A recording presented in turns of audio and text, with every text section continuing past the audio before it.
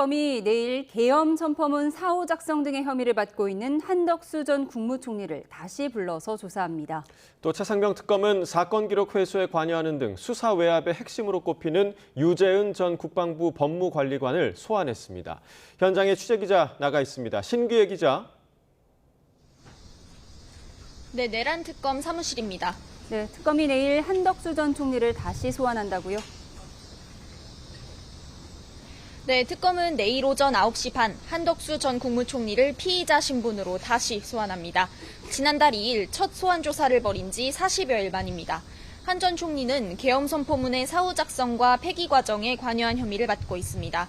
또 행정부의 2인자 위치에 있으면서도 계엄을 막지 못했다는 의혹은 물론 계엄 당일 추경호 전 국민의힘 원내대표와 소통하며 계엄 해제 방해에 관여했다는 의혹도 받고 있는데요.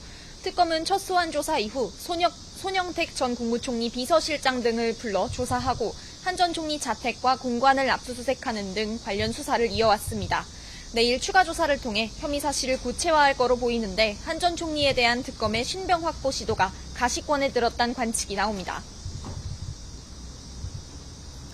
계엄 해제 당시 상황과 관련한 참고인 조사도 계속해서 이어지고 있죠. 네, 특검은 오늘 오후 백혜련 민주당 의원을 참고인 신분으로 조사합니다. 지난해 12월 4일 새벽 이뤄진 계엄 해제 요구안 표결 당시 국회 상황을 재구성하려는 의도로 보입니다.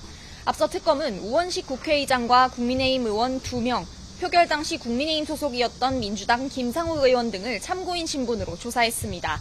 특검은 최근 다른 민주당 의원들에게도 협조 요청을 보냈는데 백 의원을 시작으로 이들을 상대로 한 수사에 속도를 낼 거로 보입니다. 네, 윤석열 전 대통령은 오늘도 내란 우두머리 혐의 재판에 나오지 않았다고요? 네, 서울중앙지방법원은 오늘 오전 10시 15분부터 윤 전 대통령의 내란 우두머리 혐의 공판기일을 진행하고 있는데요. 윤 전 대통령은 오늘도 나오지 않으면서 5회 연속 불출석을 기록했습니다. 재판부는 지난 기일 결정한 대로 걸석 재판을 이어가기로 했는데요.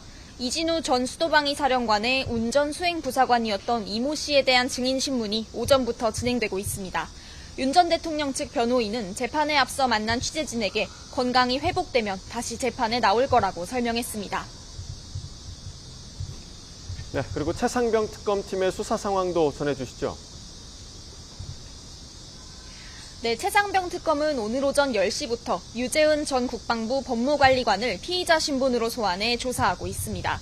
유 전 관리관은 최상병 순직 사건 기록 회수 과정에 관여한 인물로 이 과정에서 박정훈 대령은 물론 국방부, 대통령실 관계자들과 수차례 통화했고 기록 회수 뒤에는 후속 조치 논의에도 참여했는데요.